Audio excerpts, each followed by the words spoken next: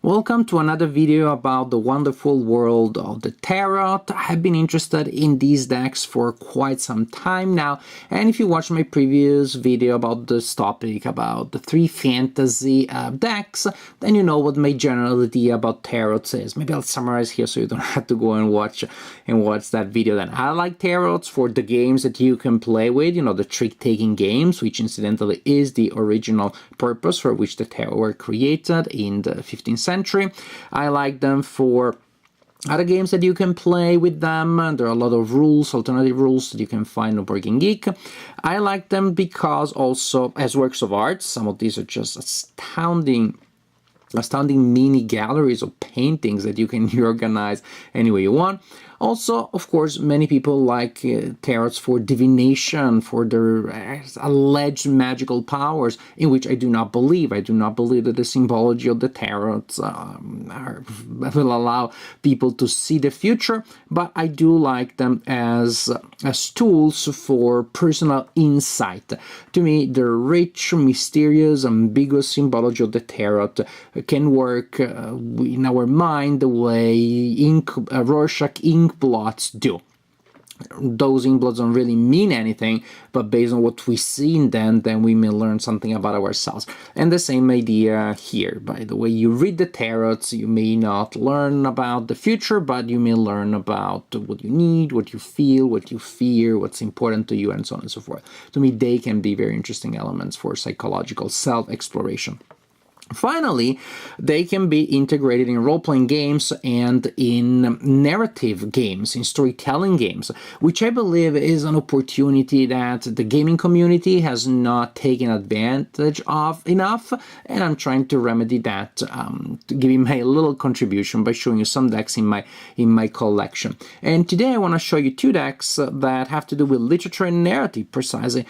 2 decks that can be particularly easily used as the basis for a storytelling game, based on 2 very famous works of literature, The Hobbit and Alice in Wonderland, and 2 works that most likely are appreciated by people that also are into games that are they play games as a Hobbit. Let's start from the Hobbit deck.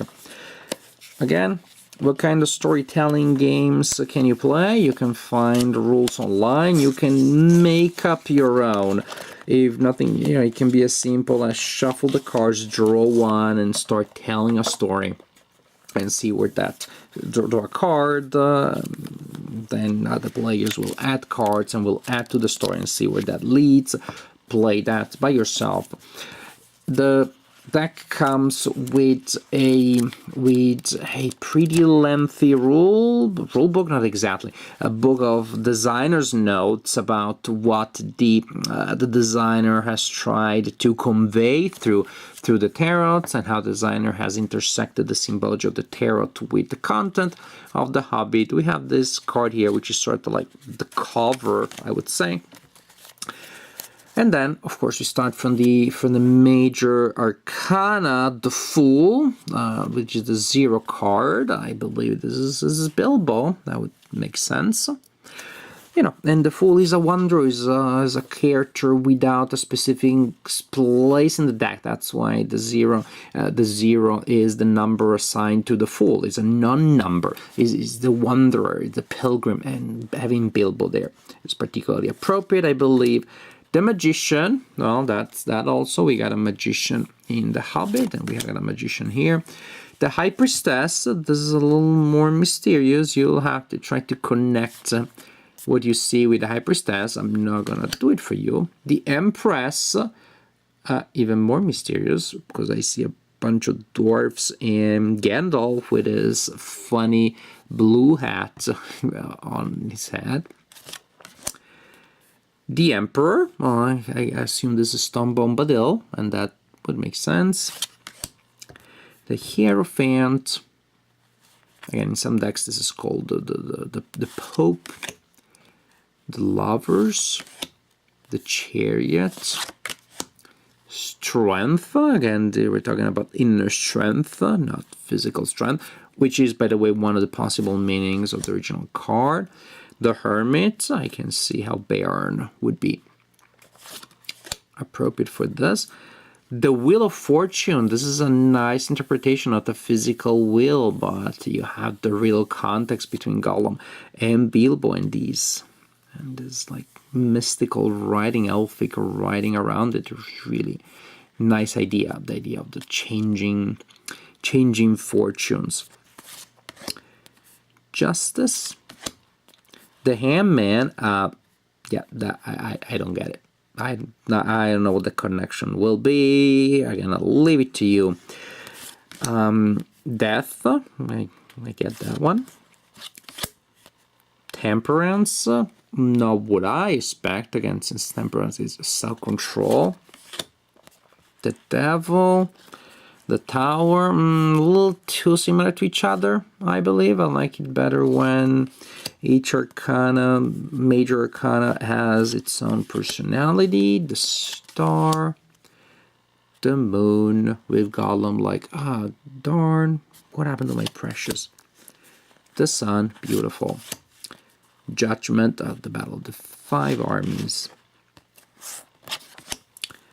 And the World with the Treasure, which is a strange idea. It's a little very material. Usually has more, the world is more of a lofty idea related to it.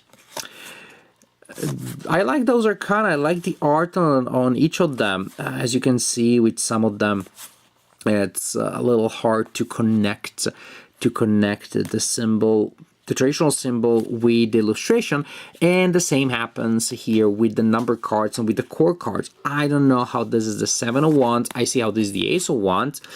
I see the 2 Wands here, and now I'm starting to get a little lost. Is that 1, 4 Wands, 5 Wands? Usually I prefer decks that 8 of Wands. Why? I definitely prefer decks that integrate the traditional numbers and the traditional symbology with whatever theme the designer of the deck is exploring. And this would be my only complaint about this deck. The aces I get, and then I start getting a little lost as to why this would be the 3 of Cups. Frankly, if you told me that this is the 3 and this is the 4, I would have no objection. I would not be able to connect. Why is this the 6 of Cups? I don't have any immediate, maybe there's some very deep symbology, but I don't have any intuitive understanding of the connection between the numbers and the cards. For some of the suits, the swords, yes, that's great, but then the swords are very abstract, the ones that are clearly readable. And that was kind of be the point. What I like is when I have both the symbology and a theme connected to it. Why is it the 5 of Swords? You tell me. Your guess is as good as mine. Beautiful, beautiful cards. And this is probably a deck of cards that you can use more as a storytelling element, a storytelling tool than anything else. I think probably, again, if I didn't know that this was a tarot deck, if I thought just these were cards for a storytelling game about the Hobbit, I'd be pretty satisfied. I may even miss the fact that this is supposed to be a tarot deck. Beautiful illustrations, nice cards, sturdy, very pleasant, large size, great cards. I don't know that they're much of a tarot deck, but I like it as a Hobbit theme deck. And again, if you're playing a game about Middle-earth, it can be a storytelling game, it can be a role-playing game. Then imagine if you're pulling one of these and that represents what the players are seeing or a vision that they're having. That will make the experience much more thematic and compelling as a prop for a role-playing game. Now, as for the Wonderland Parrot, we have a slightly shorter book. We have again a card that acts as a sort of cover that tells us that these cards have been inspired by Sir John Tennille. This I like. Now, this is smart. Necessary? Probably not. But the idea that you had the same card and one is the mirror of the other, very nice. The Fool, I'm a little surprised that the Fool is the Mad Hatter. It's a little facile, a little too obvious. I would expect Alice to be the Fool. The Fool doesn't need to be stupid or crazy. It can be naive, can be simply, unprepared, and Alice would perfectly fit the bill. The Fool is usually a traveler, and we have a character in Alice that, as a traveler, goes through many experiences. And I'm surprised that the author went the easy way. The Fool as the Mad Hatter, as opposed to Alice, that to me would capture better the essence of the traditional symbol of the Fool. And she's the High Priestess. I guess I can see that, again, because she seems to be the intersection of, in the books already, in the original books, she already seems to be the intersection of some mysterious symbology that is kind of left to you to figure out. The Emperor, I guess, I can see that. The Hierophant, yeah, I like that. The Lovers, well, that's just a little strange. The Chariot, Strength. The Hermit, I really like the simplicity of these cards. The primary colors, no nuances, pretty much each area. The Hangman, now that's a smart one. I like it. Not a man, but you see, I can. Not only can I make exceptions, but I want to make exceptions. I want to see creative uses of traditional symbols that still retain the general idea of the original symbol. Death, that makes sense to me. Temperance. The Devil, now the Jabberwocky does. I think it's a nice idea. The Tower. The Star. The Moon. The Sun. I like this. It's weird, but in the right way somehow for me. And again, this is all very, very subjective. That's the very point. Looking at a tarot deck is a triumph of our own subjectivity. Not two people will see the same things, and that's fun. And the world, that the world is Alice and not, the Fool. I don't know. Maybe it should just be, Wonderland or a mirror. I like that. But I definitely like the style. Again, that really resembles children's books illustrations, has a certain naivete. Clearly here, when we're talking about the suits, there has been a very creative approach that I don't dislike. So here we have the Ace of Flamingos, which also, the Ace is the only named card. Also, actually, the deck can be used as a traditional deck of cards because of the symbols that you see there. The Flamingos, I assume they are, I don't know, are they the wands? The hats clearly, well, that's my assumption, correspond to what traditional is cups in traditional tarot decks. Let's go a little faster. Oysters, that I assume these are pentacles or coins. I like the idea that oyster is something closed that you need to open. There's an idea of mystery, of hidden secret. And peppermints. Now, because of the connection with wood, then I would say that these are the wands and these are probably the swords. And this is what you get for this suit. Go a little faster. So this is a really nice deck that, differently from the Hobbit, has a very creative connection with the traditional symbology, but a connection that is readable, is satisfying. It's like I smile when I figure out what the connection is, because I can still see it. If I couldn't see it, then I wouldn't be able to do that. And to me, that is the beauty of the tarot deck and of creative tarot decks. Somebody managed to give you something completely new and yet at the same time recognizable. It's pretty much like when you're reading a book in a certain genre, a new mystery, you want the mystery not to have the same ending as the previous one that you read, not to have the same plot, but to be similar enough, because you read a mystery, you want to read another one, you want to recognize the mystery, and yet you also want to be surprised. To me, this is an excellent deck, both as a work of art and as a tarot deck. Really fulfills that requirement in that it's both clearly a tarot deck. Heck, you can even just use it to play other games.